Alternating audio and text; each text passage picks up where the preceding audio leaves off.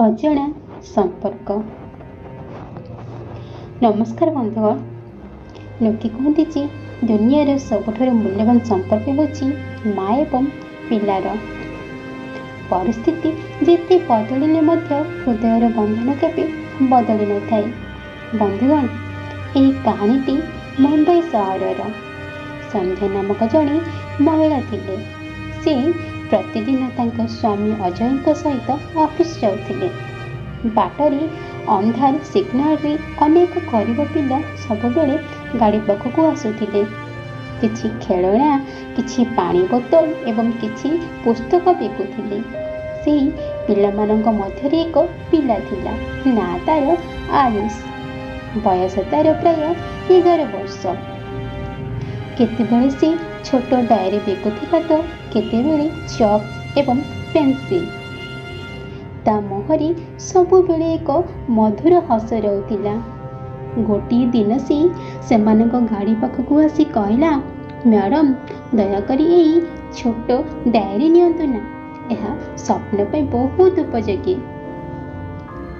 ସନ୍ଧ୍ୟା ହସି କହିଲେ, ମୁଁ ଡାଏରୀ ସହିତ କ'ଣ କରିବି ବାବା? ଆୟୁଷ କହିଲା, ତୁମର ପିଲାର ସ୍ୱପ୍ନ ଲେଖି ରଖ, ଯାହାଦ୍ୱାରା ସେଗୁଡ଼ିକ ସତ ହେବ। ସନ୍ଧ୍ୟାର ଆଖି ଲୁହରେ ପୂର୍ଣ୍ଣ ହୋଇଗଲା, କାରଣ ସେ ଗତ 8 ବର୍ଷ ଧରି ମା ହେବାକୁ ଚେଷ୍ଟା କରୁଥିଲା, କିନ୍ତୁ ସବୁବେଳେ ସେ ନିରାଶ ହେଉଥିଲା। ପିଲାଟିର କଥା ତା ହୃଦୟକୁ ଛୁଇଁଲା। ସେ ଏକ ଡାଏରୀ କିଣି ଆୟୁଷକୁ 100 ଟଙ୍କା ଦେଲା। ସେହିଦିନ ପରି ଯେତେବେଳେ ଗାଡ଼ି ସିଗ୍ନାଲରେ ଅଟକିଲା, ସନ୍ଧ୍ୟା ନିଶ୍ଚିତ ଭାବରେ ଆୟୁଷକୁ ଭେଟୁଥିଲା। ସେ ତା ସହିତ କଥା ହେଉଥିଲା, କେତେବେଳେ ତାକୁ ଖାଇବାକୁ ଦେଉଥିଲା, କେତେବେଳେ ତା ସହିତ ହସୁ ମଧ୍ୟ ଥିଲା। ଧୀରେ ଧୀରେ ତା ହୃଦୟରେ ପିଲାଟି ପାଇଁ ଏକ ବିଶେଷ ପ୍ରକାରର ସ୍ନେହ ସୃଷ୍ଟି ହେବାକୁ ଲାଗିଲା। କିନ୍ତୁ ହଠାତ୍ ଗୋଟିଏ ଦିନ ଆୟୁଷକୁ ସିଗ୍ନାଲରେ ସନ୍ଧ୍ୟା ଦେଖିବାକୁ ପାଇଲା ନାହିଁ। ସନ୍ଧ୍ୟା ତାକୁ ଖୋଜିବା ଆରମ୍ଭ କଲା। ଠିକ୍ ସେହି ସମୟରେ ଦୁଇଟି ପିଲା ତା ଗାଡ଼ି ପାଖକୁ ଦୌଡ଼ି ଆସି କହିଲେ, ମ୍ୟାଡ଼ାମ୍, ଆୟୁଷର ଦୁର୍ଘଟଣା ହୋଇଛି, ତାର ଅବସ୍ଥା ବହୁତ ଖରାପ ଅଛି। ସନ୍ଧ୍ୟାର ଆଖିରେ ଲୁହ ଝରି ଆସିଲା। ସେ ତୁରନ୍ତ ଗାଡ଼ି ଅଟକାଇ କହିଲା, ମୋତେ ତା ପାଖକୁ ନେଇ ଚାଲ, ଏବେ ହିଁ ନେଇ ଚାଲ। ପିଲାମାନେ ସନ୍ଧ୍ୟାକୁ ଏକ ଛୋଟ ବସ୍ତିକୁ ନେଇଗଲେ।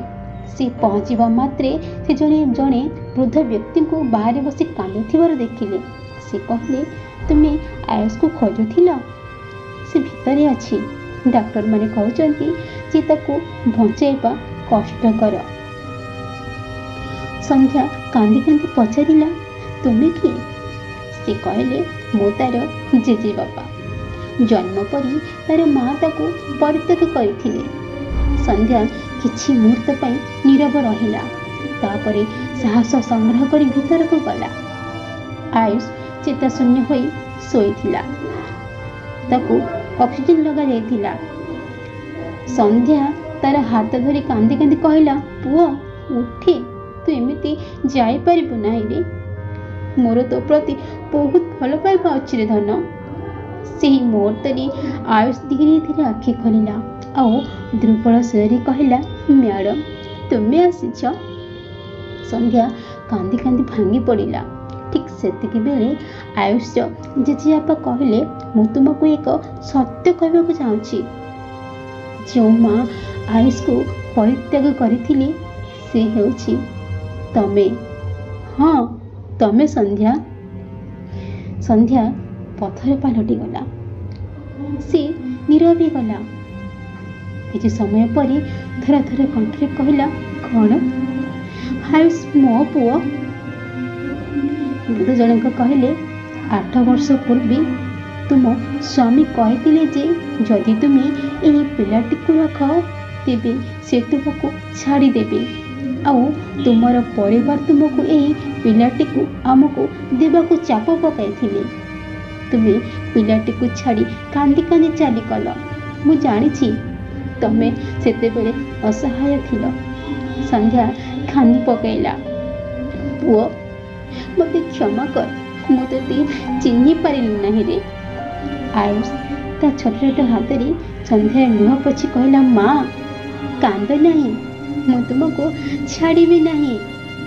ଡାକ୍ତର ପହଞ୍ଚି କହିଲେ, ପିଲାଟିଏ ବି ବିପଦ ବାହାରି। ଅଜୟ କିଛି ସମୟ ପରେ ପହଞ୍ଚିଲା। ସତ୍ୟ ଜାଣିବା ପରେ ତା ଆଖି ଲୁହରେ ପୂର୍ଣ୍ଣ ହୋଇଗଲା। ଅଜୟ କହିଲା, ସନ୍ଧ୍ୟା, ମୋତେ କ୍ଷମା କର। ମୁଁ ତୁମର ଆଉ ଆୟୁଷର ଅଧିକାର ଛଡ଼ାଇ ନେଇପାରିବି ନାହିଁ। ଚାଲ ଘରକୁ ଯିବା। ଆମର ପୁଅ ଆଉ କେବେ ଏକା ରହିବ ନାହିଁ।